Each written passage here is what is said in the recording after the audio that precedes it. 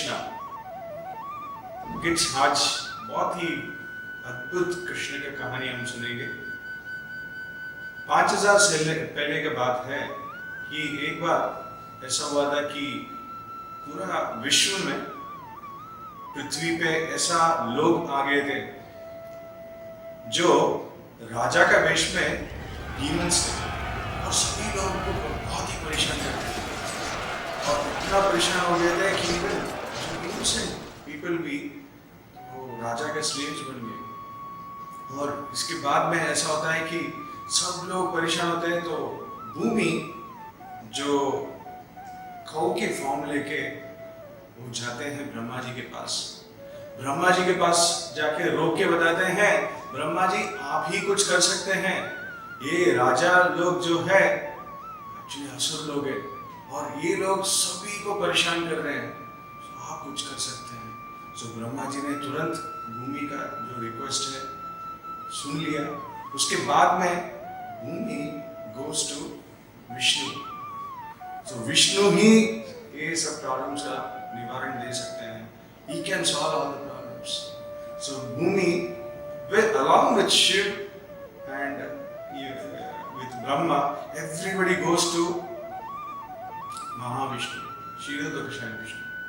So क्षीर सागर पे तट पे बैठ के ब्रह्मा जी डायरेक्ट विष्णु के ऊपर ध्यान करते हैं और सभी प्रॉब्लम जो हो रहा है पृथ्वी पे सब विष्णु को बताते हैं। Then comes the answer. Vishnu सब कुछ ब्रह्मा जी को निवारण भी बताते हैं। So ये जो निवारण जो भी ब्रह्मा जी सुने, so Brahma ji will come and tell to all the devatas headed by Shiva and Prithvi, and he says that don't worry, very soon I am going to appear and सभी जो दैत्य जो असुर लोग हैं सबको मैं मार डालूंगा। और ऐसे इतना भी नहीं है, मैं आऊंगा वसुदेव का पुत्र बनके मथुरा प्रदेश में आऊंगा। और उसके बाद में ऐसे भी बोला जाता है कि सभी देवतागण भी यदुवंश में आना चाहिए और मुझे हेल्प करना चाहिए। ऐसा करके ब्रह्मा जी सभी देवतागण को बताते हैं। जो विष्णु का रिप्लाई था, आंसर जो विष्णु ने दिया था, सो ऐसा सब देवतागण और भूमि सब सुने और बहुत संतुष्ट हो गए। सो महाविष्णु खुद आ रहे हैं, कृष्ण के रूप में आ रहे हैं, ऐसा सुन के बहुत संतुष्ट हुए। और उसके बाद में ऐसा होता है कि सब लोग उनके जो लोक में गए, इंद्र लोक और सभी जगह पे गए। और उसके बाद में ऐसा होता है कि मथुरा में उस समय पे बहुत ही बड़ा त्योहार, सब बड़ा फेस्टिवल चल रहा था। क्या फेस्टिवल था? Actually it was a marriage ceremony between Vasudeva and Devaki. And वो मैरिज सेरेमनी सब कंक्लूड हुआ है, बहुत ही ग्रैंड मैरिज सेरेमनी था। So Vasudev was the son of Surasena and Devaki was the son of Devaka. And Devaki had a brother Kamsa. So ऐसा होता है कि मैरिज सेरेमनी खत्म होने के बाद कंस ऐसा सोचते हैं कि उनका बहन देवकी को प्लीज करने के लिए उन्होंने खुद चैरियट ड्राइविंग की। और चैरियट ड्राइविंग में ऐसा बोला जाता है कि चैरियट ड्राइविंग करते निकलते थे Vasudev and Devaki were sitting in a chariot. So ऐसे ही जाने के समय पे बहुत ही बड़ा आवाज आए, आकाशवाणी आए। सो उस आकाशवाणी में ऐसा हुआ था कि आकाशवाणी में ऐसा बताया गया है कि कंस को बताते हैं, वो मूर्ख कंस जो आप देवकी को लेके जा रहे हैं, सो यही देवकी का 8वें पुत्र आपको खाल बन के आएंगे, आप मरने वाले हैं उनके हाथ में। इसको सुन के कंस को बहुत गुस्सा आता है और क्या करते हैं, तुरंत देवकी का बाल पकड़ के उनको मारने के लिए, तलवार लेके उठाने के लिए जाते हैं, मारने के लिए जाते हैं, तो तुरंत वसुदेव उनका हाथ पकड़ लेते हैं, कंस का हाथ पकड़ लेते हैं। और वसुदेव पूछते हैं आप क्या कर रहे हो, ऐसा नहीं करना चाहिए, you should not kill your sister। इतना सारे सब कुछ बोलने के बाद वसुदेव तभी कंस मानते नहीं। फाइनली वसुदेव बोलते हैं मैं वचन देता हूँ जो भी बच्चा पैदा होता है तो मैं आपको हवाला कर देता हूँ, आई हैंड ओवर टू यू, ऐसा करके बताते हैं। तो उस टाइम में कंस सोचते हैं हाँ ठीक है, अल्टीमेटली जो है आप बच्चे को समय समय पे दे देना तो मैं उनको मार दूंगा। ऐसा करके बात होता है और सब लोग चले जाते हैं। सो उसके बाद में ऐसा होता है after period of time Vasudev का पहले बच्चे जन्म लेता है। सो उस समय पे ऐसा होता है कि वसुदेव ने वचन दिया था सो जाके कंस को ये बच्चे को जाके देना है। तो उस टाइम में देवकी रिक्वेस्ट करते हैं कैसे भी करके बच्चे को बचा ले। तो तभी वसुदेव बताते हैं कि मैंने वचन दिया है ये बच्चे को कंस के पास लेके जाना ही है। ऐसा करके बच्चे को बहुत दुखित होके वसुदेव लेके जाते हैं और जाके कंस के सामने देते हैं। तो उस टाइम में कंस थोड़ा उनको सोचने लग जाता है 8वें पुत्र से मेरा मृत्यु होगा, पहले पुत्र से नहीं। तो आप क्या करो ये बच्चे को वापस लेके जा सकते हैं। कंस के हृदय में थोड़ा दया है, सो दया दिखा दिया, जो बच्चे को नहीं मारा। सो ऐसा करके आप एक काम करो लेके जाओ, जब 8वें पुत्र जन्म लेगा तभी मेरे पास लेके आना, ऐसा करके कंस बताते हैं। सो उसी समय पे सभी देवतागण इसको सब देखते रहते हैं। सो देवतागण देख के सोचते हैं कि कंस के हृदय पे थोड़ा दया दिखाया तो ये दया से भगवान कृष्ण आने में और भी विलंब हो जाएगा, तो इसके लिए कुछ करना ही पड़ेगा। ऐसा करके सभी देवतागण का बीच में डिस्कशन चलता है और तुरंत सोचते हैं कि जो देवतागण का मैसेंजर नारद मुनि को बुलाए। सो नारद मुनि को बुला के बोले कि आप ही कुछ कर सकते हैं। सो नारद मुनि बोले ठीक है मैं कुछ व्यवस्था करूंगा। करके उन्होंने क्या किया कि नारद मुनि तुरंत कंस का महल में गए और कंस को बोलने लगे कंस आप बहुत ही बड़ा मूर्ख हो, आपको समझ में नहीं आता है कि देवतागण भी कभी कभी क्या करते हैं उनका जो प्लान है थोड़ा बहुत चेंज कर देते हैं। कंस सोचते हैं ये क्या बोल रहे हो। तो तभी नारद मुनि बताते हैं कि आप सोच रहे हो कि वसुदेव का 8वें पुत्र से मरण होता है, कभी कभी पहले पुत्र से भी आपका मरण हो सकता है। ऐसा करके ऐसा आर्गुमेंट दिया। सो कंस सोचने लगे ऐसे कैसे हो सकता है। तो तुरंत नारद मुनि एक कमल का फूल लिया और गिनती करने लगे, एक एक जो कमल का पंखुड़ी गिनती किया, उसमें 8 पंखुड़ी है, 1 2 3 4 5 6 7 8 पंखुड़ी। अभी जो कंस को बताते हैं अभी देखो जो दूसरे पंखुड़ी से आप गिनती करो 1 2 3 4 5 6 7 8, तो दूसरे पंखुड़ी से गिनती करोगे तो पहले पंखुड़ी जो है 8वें पुत्र हो सकता है।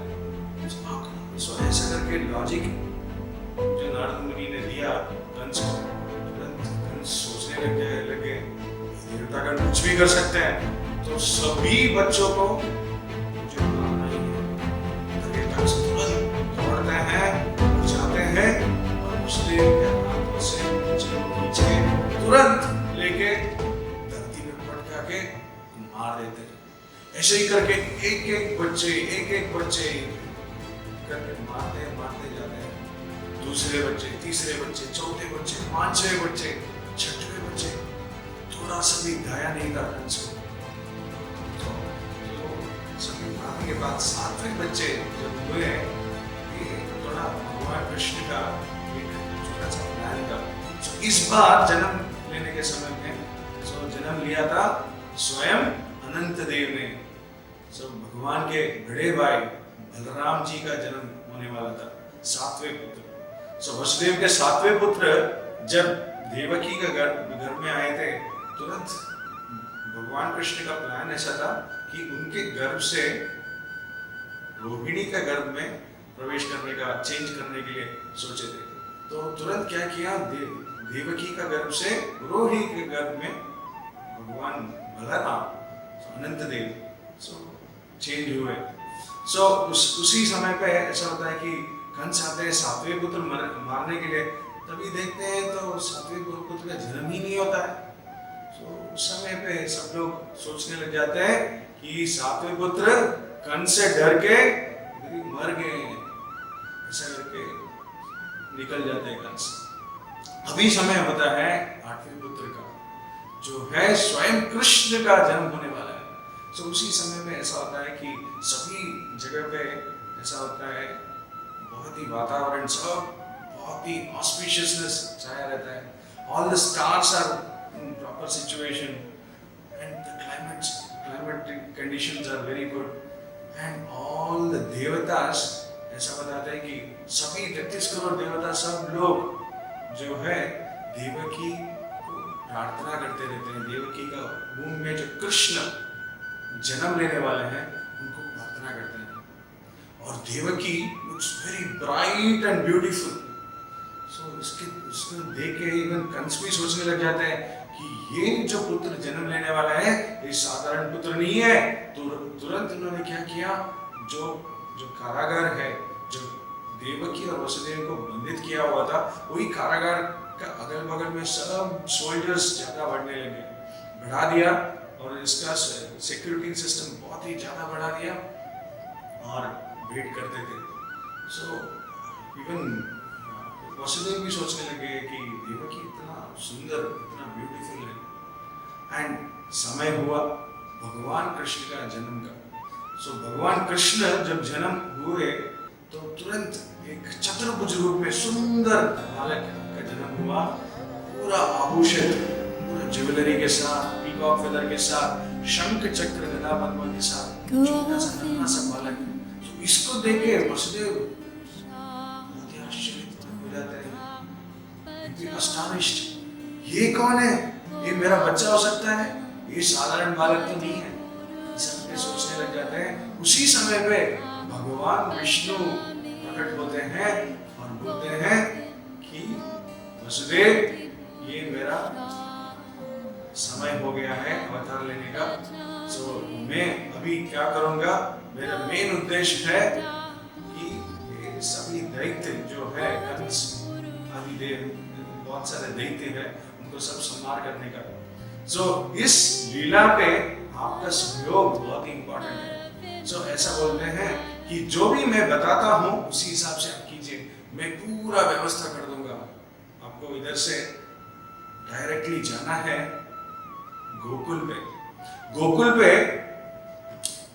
उधर नंद महाराज और यशोदा मैया का पुत्री हुआ है, उससे मुझे एक्सचेंज कर लीजिए, मुझे उधर सुला दीजिए और जो बच्ची है वो लेके इधर आइए और लेके आके कंस का हवाला कर दीजिए।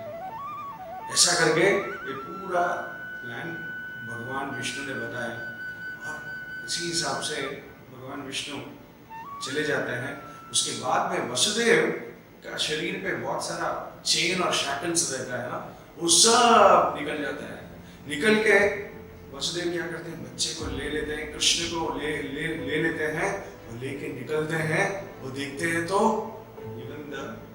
all the jail doors are open, all the securities are far asleep, some are unconscious, some are asleep। and ऐसे ही करके वसुदेव बच्चे को लेके निकलते हैं और गोकुल जाने के लिए बहुत बड़ा नदी था और बहुत जोर से बारिश भी आ रहा था। उसी समय पे बारिश से प्रोटेक्शन लेने के लिए स्वयं अनंत देव और भगवान कृष्ण को प्रोटेक्शन और वसुदेव लेके जाते हैं, कृष्ण को लेके जाते हैं और यमुना तट पे जाते हैं। तो यमुना में पानी इतना बहता रहता है ऑलमोस्ट कृष्ण को वसुदेव ने टोकरी के ऊपर, सिर के ऊपर लेके जाते हैं। तो इतना तक पानी बहता है ऑलमोस्ट वसुदेव डूबने लग जाते हैं। अभी कृष्ण क्या करते हैं, उनका जो चरण कमल है ना थोड़ा बाहर निकालते हैं, यमुना को स्पर्श करते हैं। स्पर्श करते हुए यमुना पूरा पानी जो है कम हो जाता है और वसुदेव आराम से निकलने के जैसा पानी उतना ही रहता है। तो वसुदेव आराम से निकल जाते हैं, गोकुल में जाते हैं और नंद भवन में जो यशोदा मैया के बगल में छोटा बच्ची जो जन्म लिया रहता है तो बच्ची के साथ कृष्ण का एक्सचेंज किया जाता है। एक्सचेंज करके बच्ची को लेके तुरंत वसुदेव वापस जाते हैं जो कंस का कारागार में, और इसी हिसाब से सब शैकल्स वगैरह सब रहता है और सब एज इट इज। एंड उसके बाद में तुरंत कंस को पता चलता है कि जो 8वें पुत्र का जन्म हो गया, और तुरंत कंस आते हैं तो ये पुत्र नहीं पुत्री है, और तुरंत जो भी है तो बच्चे को लिया और अटकने के लिए गए, मारने के लिए गए। तुरंत एक बच्ची उड़ के स्वरूप लेते हैं योग माया के स्वरूप, दुर्गा के स्वरूप, और लेके बोलते हैं वो मूर्ख कंस, आप जो सोच रहे हैं जो काल मैं हूँ मैं नहीं हूँ, आपके काल जो है ऑलरेडी गोकुल में जन्म ले चुका है और बहुत ही शीघ्र आपको मारने वाला है। ऐसा करके बोल के जो योग माया अदृश्य हो जाते हैं। तो उसके बाद में कंस सोचने लग जाते हैं कि मैं इतना पापी हूँ, मैं इतना पाप किया हूँ, और वसुदेव और देवकी से क्षमा मांगते हैं, ऐसा मुझे नहीं करना चाहिए। He was repenting so much। ऐसा करके बहुत ही रिपेंटिंग मोड में वापस कंस के महल जाते हैं, और उधर सभी उनका कंस का एसोसिएट्स है, बहुत ही दुष्ट लोग हैं, वो कंस को फिर से उत्साहित देते हैं और बोलते हैं कि आपका जो वसुदेव का 8वें पुत्र को मारा क्या? तो उस टाइम में बताते नहीं, वो कैसे भी एस्केप हो गया और ऑलरेडी गोकुल में जन्म ले चुका है। ऐसा करके बोलते हैं। अभी कंस का सभी एसोसिएट्स बोलते हैं आप चिंता मत कीजिए राजा, हम क्या करेंगे, अलग अलग रूप धर के हम जाएंगे, कृष्ण का वध कर देंगे। ऐसा करके बोलते हैं।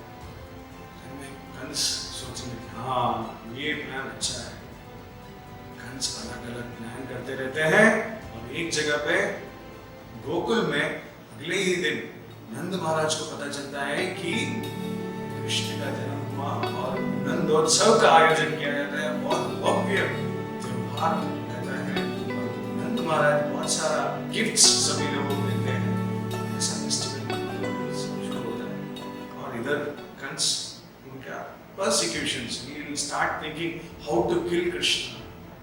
So हम अगले एपिसोड में हम देखेंगे कि कंस किस राक्षस को भेजेंगे मारने के लिए, कौन सा राक्षस आने वाला है, और एक अद्भुत स्टोरी से अगले एपिसोड में मिलेंगे। हरे कृष्ण।